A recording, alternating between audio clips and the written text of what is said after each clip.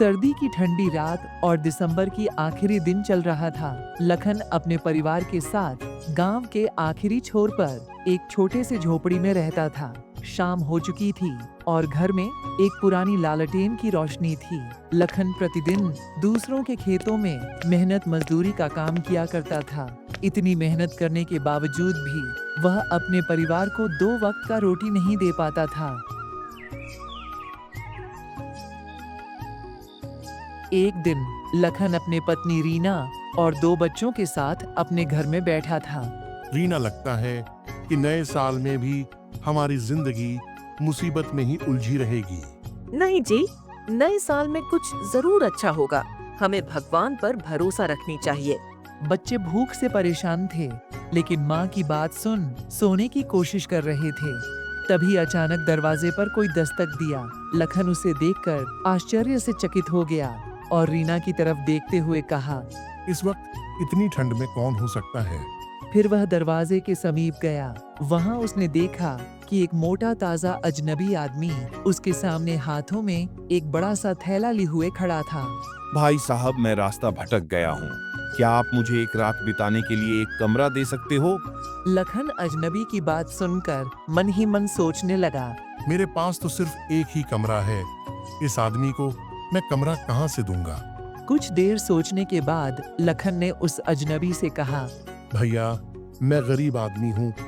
मेरे पास सिर्फ एक ही घर है। मैं इसी घर में अपनी पूरी परिवार के साथ रहता हूँ। आप चाहो तो एक रात हमारे साथ इसी कमरे में बिता सकते हो। अजनबी घर के अंदर आया और थैले को एक कोने में रख दिया और कहा, अरे बच्चों, तुम लोग अभी तक सोए नहीं? क्या मैं जानता हूँ तुम लोगों को भूख लगी है। यहाँ आओ, देखो मैं तुम दोनों के लिए क्या लाया हूँ। अजनबी ने थैले से कुछ फल और मिठाइयाँ निकाली और बच्चों को दे दिया। बच्चों, ये तुम्हारे लिए नया साल का तोहफा। काफी रात हो चुकी थी। सभी लोग अपने अपने स्थान पर सो गए।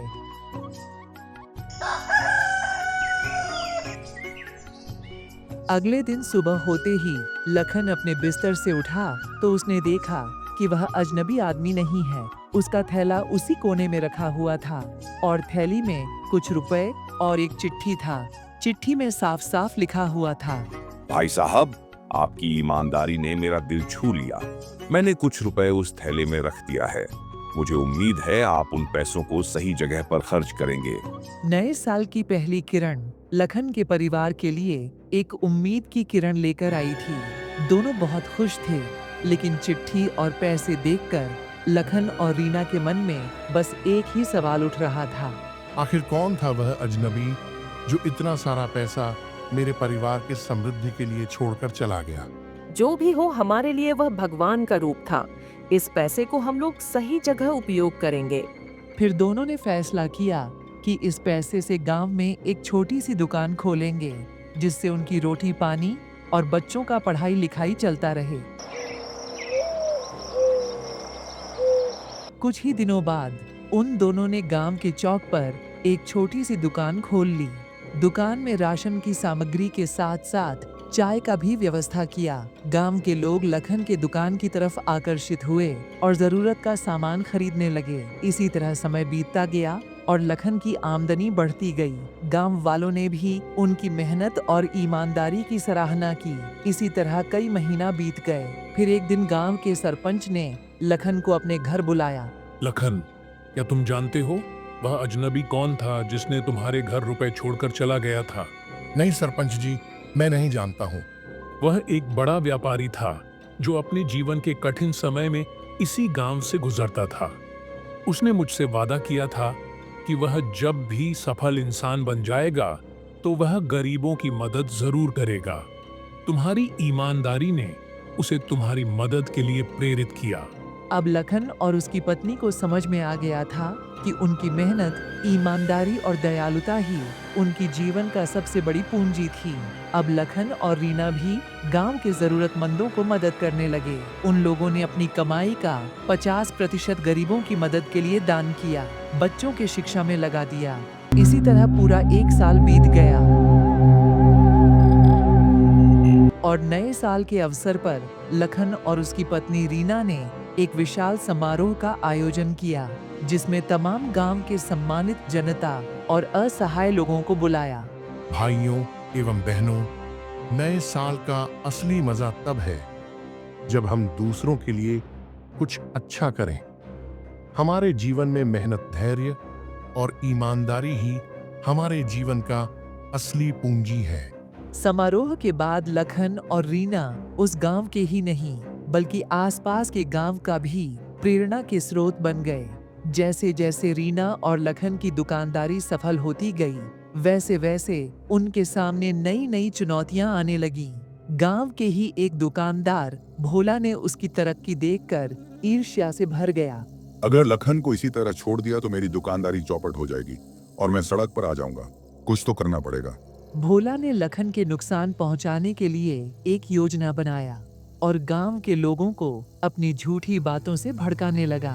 सुनो भाइयों, लखन अपने दुकान में मिलावटी का सामान बेचना शुरू कर दिया है। उसकी दुकान से कोई भी सामान नहीं लेना। अगर उसकी दुकान से कोई सामान लोगे तो तुम्हारी मृत्यु निश्चित ही हो जाएगी। लखन को अफवाह के बारे में पता चला तो उसका मन क्रोधित हुआ, लेकिन उसने अपनी मेहनत पर ध्यान दिया। लखन, हमें सच और ईमानदारी से काम करना होगा। समय सब कुछ साबित करेगा। फिर एक दिन की बात है, भोला ने रात के अंधेरे में लखन की दुकान की चोरी कर ली।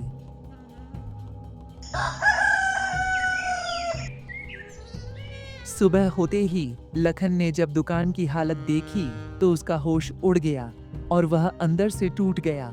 फिर उसकी पत्नी लखन को संभालते हुए बोली, लखन, यह समय हार मानने की नहीं है।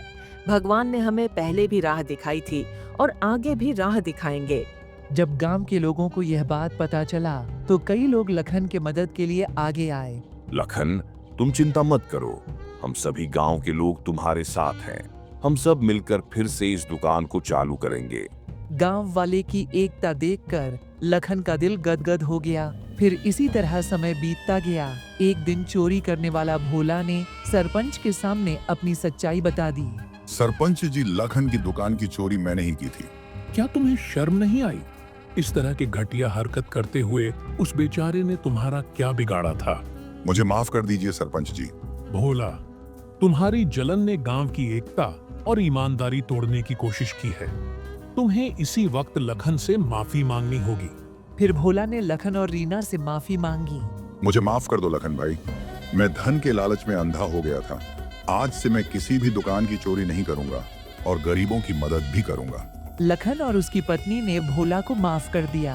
अब लखन और रीना दोनों मिलकर अपनी संघर्ष जारी रखा और कुछ ही दिनों बाद उनकी मेहनत और ईमानदारी फिर से एक नया रंग लाई।